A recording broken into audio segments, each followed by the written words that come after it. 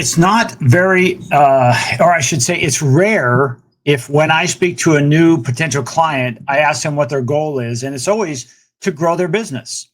And it's never too far from number one. And so my follow-up question is, what have you been doing to grow your business? And invariably, most of the people that I work with are smaller local businesses, and they are working in their business, not on their business. Now, what does that mean? Well, to me, that means this.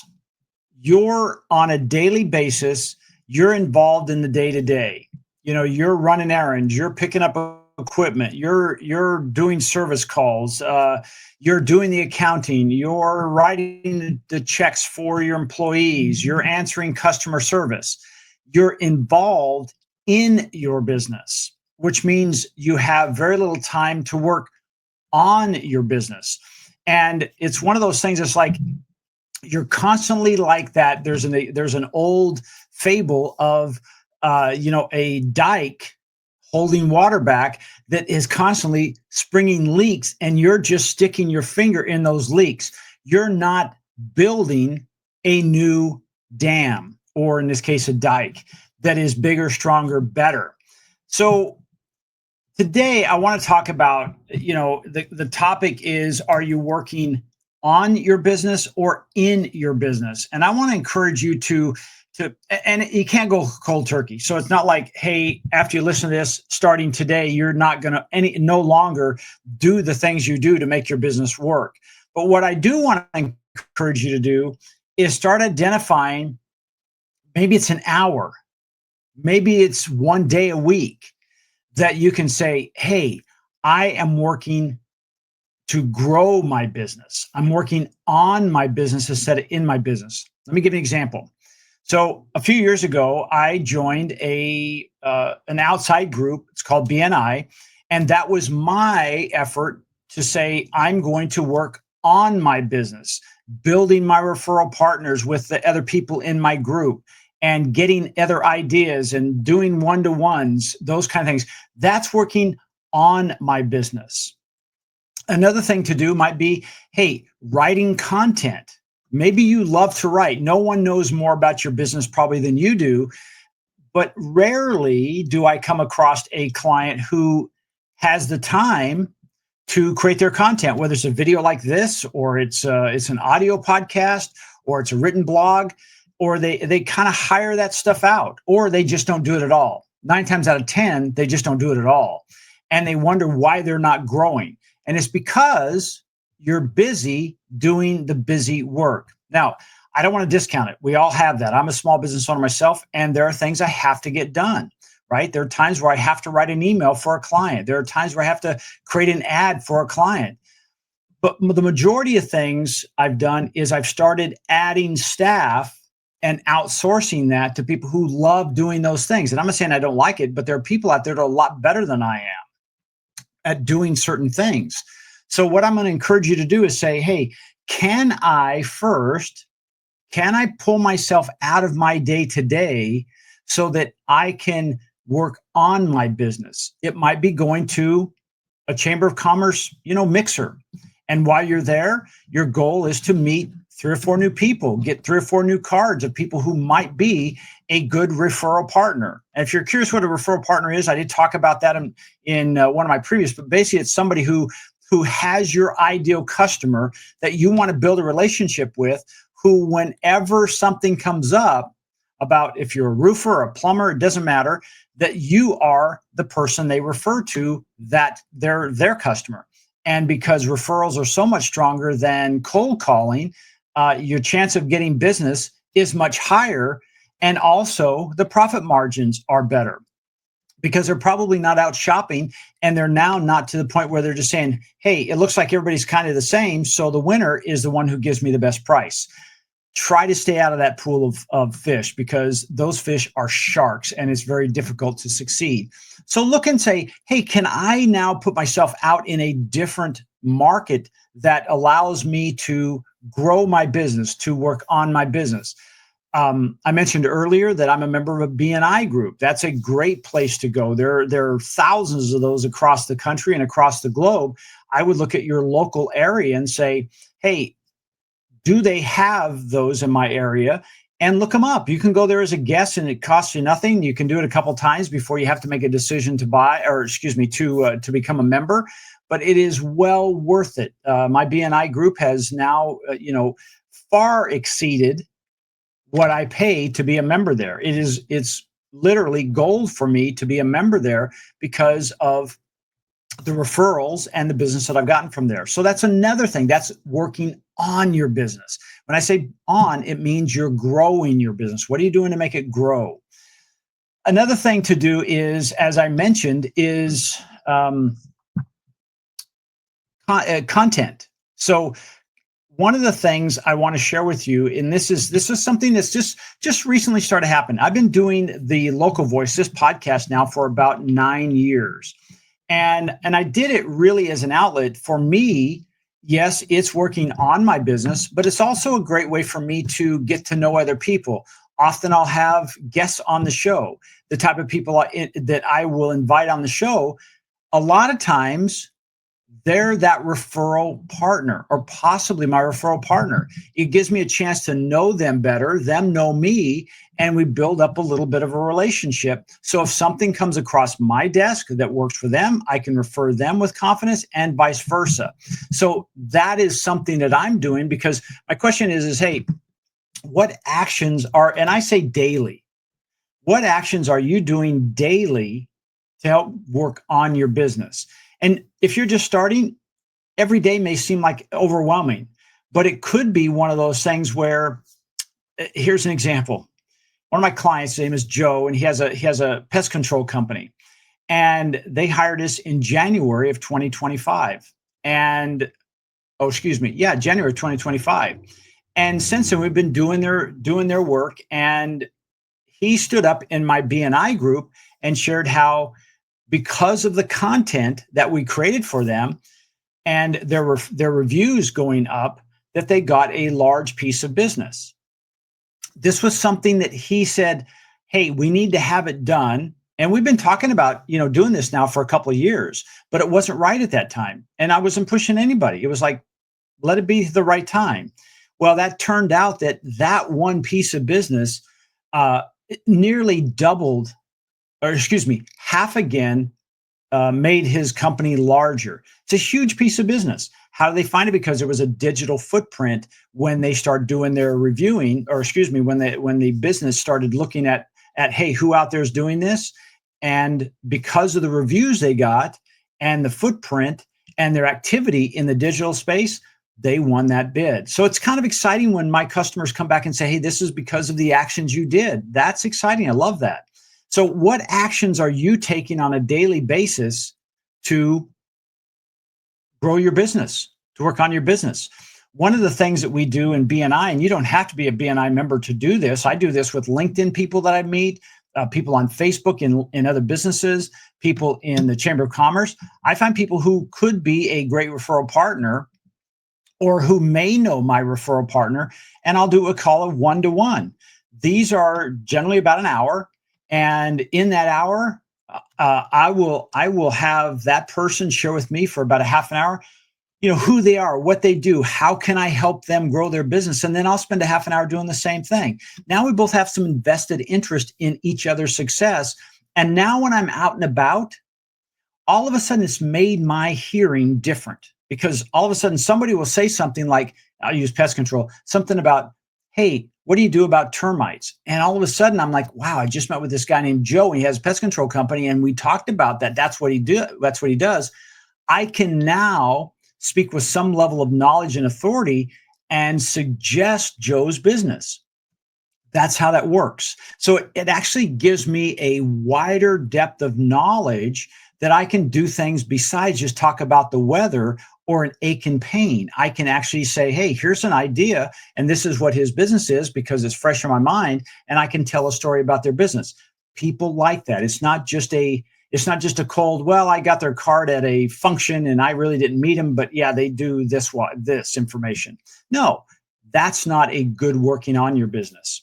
So one-to-ones, joining a networking group. I like BNI because it's only what I call a one category group. If you're a real estate agent and you do residential, you're going to be the only one in there. If you're a banker or a mortgage company, you're going to be the only one in there. So you're not competing against each other. I've been in one where they've had multiple seats for that. And it does make it a little challenging, sometimes awkward, because it puts pressure on a member like, I don't know, should I give it to Jeff or should I give it to Joe? It's kind of uncomfortable. So consider BNI. Now, the other thing I want to talk about is, do your actions make your boat go faster? Do your actions make your boat go faster? And what I'm talking about is if you now are going, let's say you go to a chamber of commerce and you just go there and you hang out with the same people you always hang out with, that's probably not going to make your boat go faster. As uncomfortable as it can be for some people, including myself, to go outside that circle and go meet somebody over that I've never met, or go walk into a circle of people and start having a conversation with them. It's not easy, but that's the action I need to take if I want my boat to go faster. Am I writing an article about something that I do to show my expertise and submitting it to the chamber or to the local newspaper, or anybody help get distribution out there? Am I posting it on my blog post? Am I putting pieces out on social media? These are things that help others see value in being in a relationship with me. This podcast I mentioned as an example. I will have guests on here, and we'll join minds, if you will, for 30 minutes to an hour, and we'll talk about their business, who their ideal customers are, what their challenges have been through building their company, and then, hey, how can we get a hold of you if we want more information? It's a great way to say, hey, in BNI, it's called Giver's Gain. We give before we ask. So if I can give them a platform to be shown by more and more people, it gives them an opportunity for their business to grow. That's a good win for them. So if you're interested in that, you live in the Coachella Valley, or you're a digital marketing company, quite frankly, and you're not using a lot of artificial intelligence, I'd love to have you on the show. This would be a great platform with you. And that brings up the next one, the story of AI.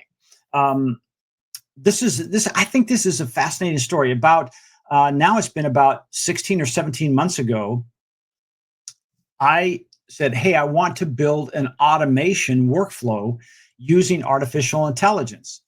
And at the time, I just started learning how to use a platform called Make, M-A-K-E, to do that. And I learned how to do it, but I chose that was not the highest and best use of my time. So I hired somebody out of Portugal to actually build it for me. Now, I had been using AI. We've been using AI in Swing Point Media for probably 2 years prior to that. And we've seen it continuously evolve. We say, hey, it's growing exponentially and it's changing all the time. Back then, it was pretty bad. And in fact, it would create something for us and we'd spend a lot of time cleaning it up. Now, not so much. And so anyway, so we built that, and we became more and more known as being involved in AI. Now, keep in mind, I only built that to take care of our customers in-house. So I was a test model. And it would do things like this. It would write content like a blog post. It would create a video script. It would do all the SEO on the blog post, the SEO on the script for the video. It would make images for the blog post, as well as a thumbnail for the video. It does 5 days a week. It does social media posts on 4 different platforms, and it does all the titling and the customization for each platform, whether it's a hashtag or it's a keyword.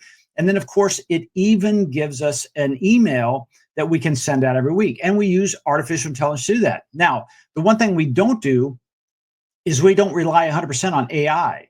So we have Melissa, who's our project manager, and she's a whiz when it comes to editing. She will proof all of that to make sure it's right. And then within each one of those areas, like if we need somebody to do something with the videos, we have somebody in the video area, or if an image or that type of thing. The bottom line is we've started leveraging that product or AI, and we've started talking about it.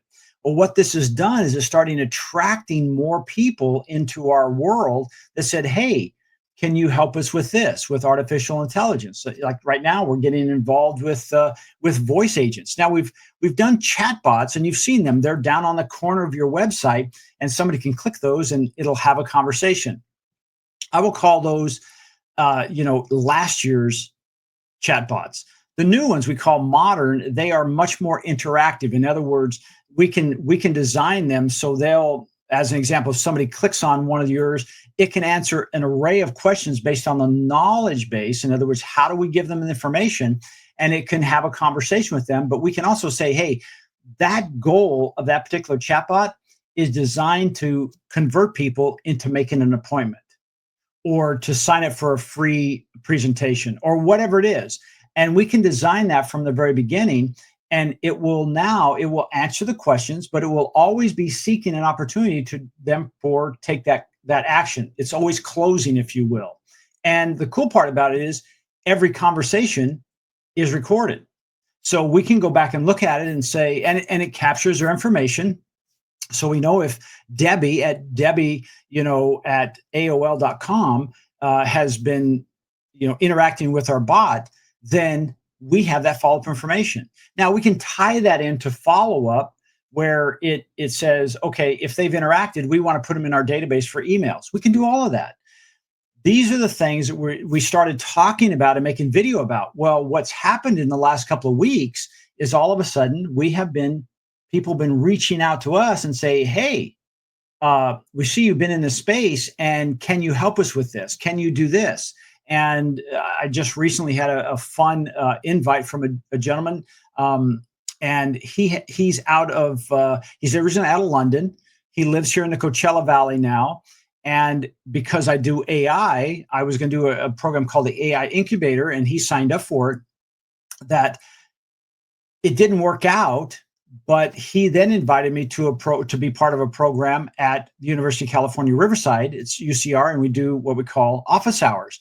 And we get to talk about this kind of stuff because let's face it, when we start talking about chatbots and we start talking about voice agents and we talk all this stuff, artificial intelligence, a lot of times we're doing it in a silo, meaning there's not many people out there to discuss this with. And so it sometimes can be kind of lonely. And at the same time, we're always kind of creating the ideas in our head, where now this will give us an opportunity to actually vet some of these things and talk with other people and hear some ideas like, oh, I didn't think of that, because they're in a different world. So I'm excited with that.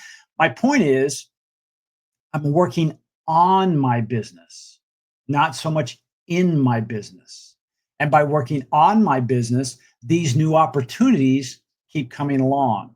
So the bottom line is, and what I was talking about before is called the Content Accelerator. It allows you to work on your business, not in your business. Because sometimes I've had clients where they say, well, they want to write the content themselves. I said, hey, no problem. I think that's great. But what happens is I come back to them and said, hey, we want to post your weekly blog post. Oh, I haven't got time. I've been so busy. They're working in their business. So over a period of time, we convince them that we don't need them to make the content anymore, because now, again, with artificial intelligence, we can take old videos or old written content, and we can train that particular model to sound and act, tonality, voice, sentence structure, everything just like them. And then we feed in what do we want them to talk about, or what piece of content we want to create. And all of a sudden, it's like they look at it and are going, oh my gosh, this is amazing. That's exactly what I would have said. That makes it easier. That allows that piece to be working on your business and attracting customers, just like I explained with artificial intelligence, for you to get more business. So keep that in mind. That is designed to help local businesses, and it doesn't have to be just local business. It could be a digital marketing company, quite frankly, who makes content for other businesses. This could help their process, and because it's taking the process of creating all that content, the blog post, the video, all the assets that go with it, the social media posts, and the email, is taking it down from about 4 or 5 days of creation down to 1 day. And so it allows even a digital marketing company to say, I would like to use it for my clients. Certainly do that. If you're interested, you can get a hold of me. I'm at swingpointmedia.com. I'd love to hear from you. In the meantime, I'd like for you to go back and think, hey, Are you working on your business or in your business? If right now you're 100% in your business, carve out 10%. It may seem crazy, it may seem overwhelming. Carve out 10%. A dear friend of mine, he's a mentor, he said, hey, he never went to lunch alone. And I'm like, what are you talking about? Sometimes I need to go to lunch by myself because I need that distraction.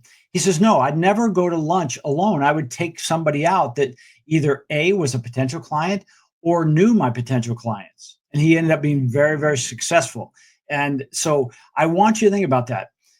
Every day, are you working a little bit on your business? I'd love to hear your thoughts on this. And until next time, my name is Jeff Harrison with Swing Point Media, actually on the local voice. And I look forward to seeing you and hearing you next time. Thanks.